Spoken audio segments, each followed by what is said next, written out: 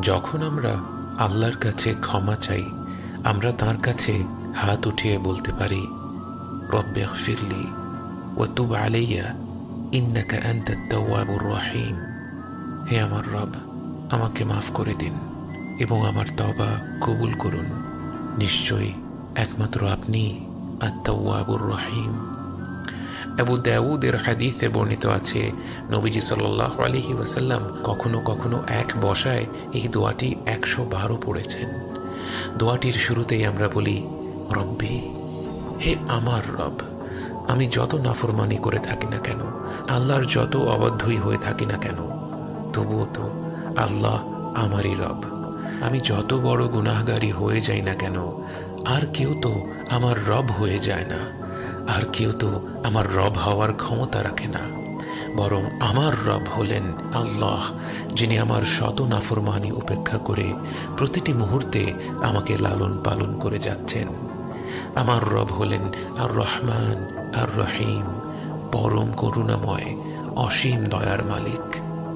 সেই মহাপরাক্রমশালী বিশ্বজাহানের মালিককে আমি শত গুনাহ করেও আমার রব বলে ডাকতে পারি, কারণ হে আল্লাহ, আপনি তো আমার রব, আর আমি তো আপনারই বান্দা। আপনাকে ডাকার মতো অজস্র সৃষ্টি আছে, কিন্তু আমার তো ডাকার মতো আর কোনো রব নেই।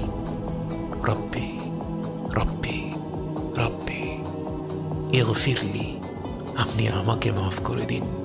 ওয়া তুব আলাইয়া, এবং আমার তওবা কবুল করুন। কেন? কারণ ইন্নাকা আনতাত তাওয়াবুর রহিম, নিঃসন্দেহে একমাত্র আপনিই হলেন তাওয়াবুর রহিম। আর তাওয়াব হলেন তিনি যিনি সবচেয়ে বেশি তওবা কবুলকারী, এবং আর রহিম হলেন যিনি সবচেয়ে বেশি দয়ালু। অর্থাৎ আমি নিজের কোনো গুণের উসিলায় আপনার কাছে ক্ষমা চাইছি না ইয়া রব, বরং আপনিই তো সবচেয়ে বেশি তওবা কবুল করেন এবং আপনিই সবচেয়ে দয়ালু। আপনার দয়া, আপনার রহমত, আপনার তওবা কবুল করার গুণের দিকে চেয়ে আমি আপনার কাছে হাত পেতে রই। আমরা আল্লাহর কাছে তওবা চাইলে আল্লাহ কি খুশি হন নাকি বিরক্ত হন? মুসলিম শরীফে বর্ণিত হাদিসে নবীজি সাল্লাল্লাহু আলাইহি ওয়াসাল্লাম বলেন, নিঃসন্দেহে আল্লাহ তার বান্দার তওবায় সেই মানুষটার চাইতেও বেশি খুশি হন যে কিনা এক পানিবিহীন মরুতে তার উট হারিয়ে ফেলেছে, এবং সে উটে তার খাবার দাবার মাল সামানা সব ছিল।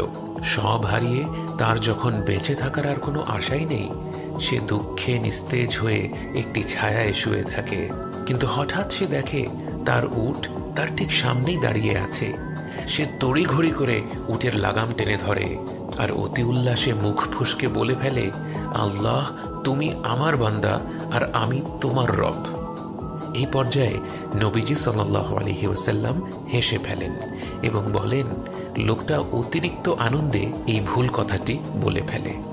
নবীজি সাল্লাল্লাহু আলাইহি ওয়াসাল্লাম এরকম বিস্তারিত বর্ণনা দিয়ে এই ঘটনাটি উল্লেখ করেছেন যেন আমরা একটু চিন্তা করে উপলব্ধি করতে পারি বান্দার তওবায় আল্লাহ তাআলা কতটা খুশি হন। এমন একটি বস্তুর কথা চিন্তা করুন যা আপনার অত্যন্ত প্রিয়। হয়তো আপনার দাদা আপনাকে একটি কলম উপহার দিয়েছিলেন, অথবা আপনার নানি ইন্তেকাল করেছেন এবং তার একটি আংটি আপনাকে দিয়ে গিয়েছেন। হতে পারে বহুদিন ধরে টাকা জমিয়ে আপনি একটি নতুন দামি ফোন কিনেছেন।